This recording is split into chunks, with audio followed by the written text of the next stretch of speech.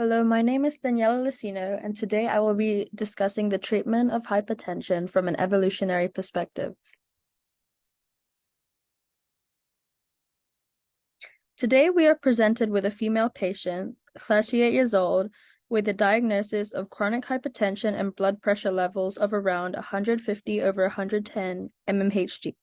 As you can see in the chart, that categorizes as high blood pressure stage 2. The patient is African American, low income, living in a food desert, and works 6 days a week. Due to the nature of her busy lifestyle, the patient mentioned that she rarely has any time for home-cooked nutritious meals and usually resorts to canned goods and fast food. Taking her lifestyle and diet into consideration, I would like to suggest an alternative course of treatment through evolutionary medicine. What is evolutionary medicine? Whilst biomedicine focuses on physiological mechanisms underlying health and treating it with modern procedures/medications, evolutionary medicine works to understand diseases and conditions through a broader lens. We all know that our health is influenced by inherited genetic variants, our lifestyle, exposure to pathogens, social systems, and our environment. But none of these variables affect us at a static rate. Evolutionary medicine studies the different processes over the course of human history that have led up to how our bodies function the way they currently do, and why certain illnesses are apparent in today's world. It looks at cultural practices and infrastructure. It questions social status in relation to quality of health. This discipline allows us to bridge views from cultural diversity all the way to pharmacology. Seeing hypertension from this perspective will help us formulate the optimum treatment plan for our patient, as we can take into account how her daily lifestyle has contributed to her condition and what we can do to combat those factors. This would be more effective than just fighting the problem at face value. Evolutionary perspectives on hypertension. Among various ethnic groups, African Americans have the highest rates of hypertension, with 54% of non-Hispanic Black adults being affected, according to the CDC. There have been many hypotheses under the evolutionary perspective as to why that's the case, and one to consider is the out of Africa expansion that occurred 100,000 years ago. Back then, Africa's climate was hotter and wetter than it is today, and the first anatomically modern humans were all adapted to live in said climate. Our ancestors used evaporative heat loss, aka sweating, as a way of effectively dissipating their heat, so sweating is an adaptation that humans have evolved to survive in hot climates. Sweating, however, leads to a loss of water and salt, which is dangerous in large amounts.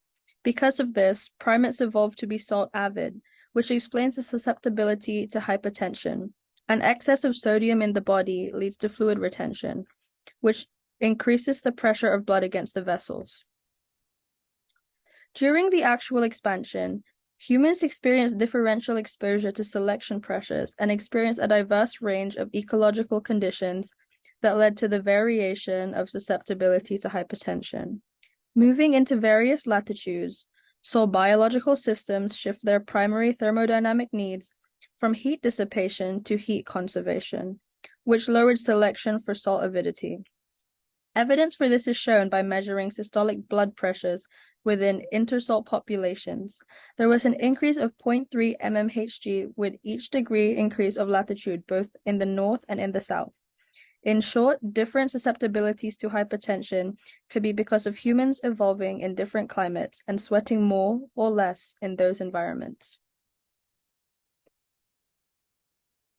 Now let's tie this in with the globe's current epidemic of hypertension, with the country's current epidemic of hypertension and how it's due to an environmental mismatch. If you didn't already know, an evolutionary mismatch is when an individual is exposed to an environment that they haven't adapted to, so they tend to face challenges. In many developed countries, such as the US, populations tend to consume a high-salt diet as they have more access to machinery that can mass-produce foods containing conservatives and other high-sodium ingredients. For example, instant ramen, crisps, canned meats. In a study comparing the blood pressures of people living in economically developed regions like the US and hunter-gatherers who, like our ancestors, consume a lower dietary salt intake, it was found that there was a 40% difference between the two communities that was attributable to salt. This shows that our bodies are yet to adapt to an environment that forces us to consume such large amounts of sodium.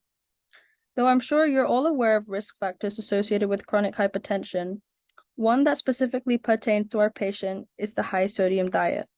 As mentioned earlier, our patient doesn't have a healthy diet and frequently consumes foods with high salt content. This is an environmental mismatch. Aside from this, there are also social determinants that contribute to the development of this patient's hypertension. The most obvious one is her proximity to a grocery store that stocks an adequate amount of low sodium foods. Another being her lack of higher level education. Studies show that higher levels of education correlate with people being more health conscious to control/avoid hypertension and actually adhere to their treatment plan. And lastly, this lady is above the age of 30. As people age, they become more susceptible to hypertension due to the environmental pollutants that we have in today's world, and in general, arteries get weaker. When combining those risk factors with social determinants, the patient will need a lot of support in her journey to control hypertension. Our course of treatment based on evolutionary medicine. If we were to purely base the treatment on evolutionary medicine, then the best course of treatment would be a complete change in diet, environment, and lifestyle for the patient. We know that the populations of today's economically developed countries tend to consume incredibly high sodium diets in comparison to their hunter-gatherer ancestors. By lowering sodium consumption to a max of 1 gram per day, there will be a lot less fluid retention, and the blood pressure will definitely decrease. On top of this, moving the patient to an environment that has a hot climate would be beneficial. Our bodies are adapted to be salt avid because of how prone we are to sweating.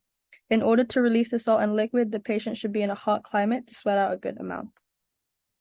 Whilst I acknowledge the importance of evolutionary medicine, moving the patient to a different region of the world is completely out of the question. So my suggestion on the best course of treatment would be a combination of traditional medicinal treatments and evolutionary medicine. Since our patient is diagnosed with chronic hypertension and has BP levels in the range of 150 over 110 mmHg, she will have to live with this condition, and therefore we can't resort to purely lifestyle changes. Our main goal is to lower her blood pressure, and that would best be done with combination drug therapy. Seeing that the patient doesn't have adequate access to a low-sodium diet, we will prescribe her with diuretics to wash out excess sodium and water from the body, the first step to controlling blood pressure levels.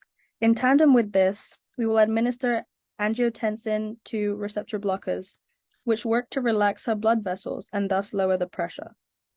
And we know that a significant cause of her hypertension is her high sodium diet, so we should connect the patient with organizations that will assist her in gaining access to affordable, nutritious meals, hopefully try to move her out of the food desert, and connect her with a dietitian that can advise her on what meals to make.